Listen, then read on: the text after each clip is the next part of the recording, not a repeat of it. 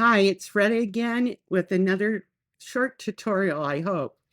I've used Cricut Design Space for a while now. I've used other programs more, but Cricut has been the easiest to show people how to use, and it limits their designing capabilities. I think they're trying to change that, but for a beginner, this is an ideal project.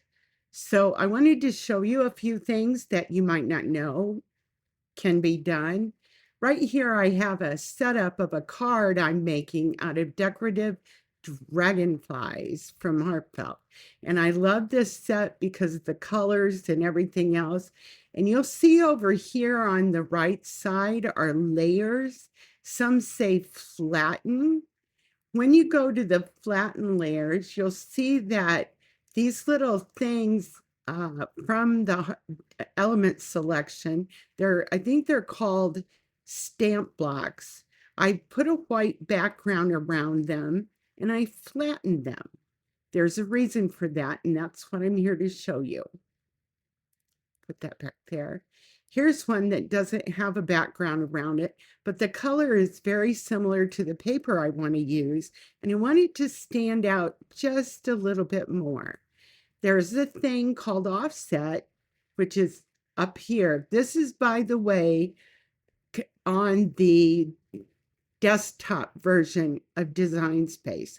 They're trying to change some of the other mobile versions for like iPad and iPhone. And I'm sure that eventually they'll get there with some of these options, but they're not, all the options are not on iPad or iPhone. So if you can't find it in your version of it, it may be that you need a computer to be able to use some of these options. This is a design element from that set. I love it, but it needs a background. I'm going to go up here to offset. I've selected this element, going up here to offset, and you'll notice there's the line around the element now. And I've chosen rounded corners. I don't want square ones. So rounded is what I want. And it looks a little big for this. So I'm going to go in and make it smaller just by sliding it to the inside or towards the center. That's a little bit big yet still. I'm going to slide it just a little more and just a little more. Now that says it's about a ½ inch, and that looks about right. I like that. Now, this does not happen without hitting apply. If you would close this down before you hit apply, it'd be gone. So let's hit apply. Now you see a black background around there. If I move that, you'll notice it's a whole piece. It's a whole matte background for your object. Now, having said that, this is a print and cut. And right now, that black item is also print and cut because you made it off of a print and cut. There's two things you can do here.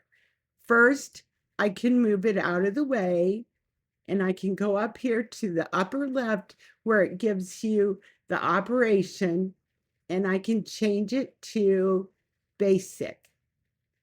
Now it changed the color, but it also changed what I'm going to do with it. I'm going to cut it out. I can change the color back if I want it to be black. In this case, I want it to be white. And now I can mount that on that basic offset, and it'll cut that, and it'll also cut out my print and cut. The other thing I can do if I don't want two pieces is I can select both these items. Let's take it down here a little bit so you can see a little better. I can select both those items. I can make sure with alignment that they are centered perfectly, and I can hit flatten. When I do that, this becomes one item, and you'll notice it is now a print and cut. See it changed up here in the layered? It says print and cut. Now, let's say I decided I wanted to actually cut both of them out. I can unflatten it. And this is still a print and cut, but I can unflatten it, take this off, and change this back to a basic cut.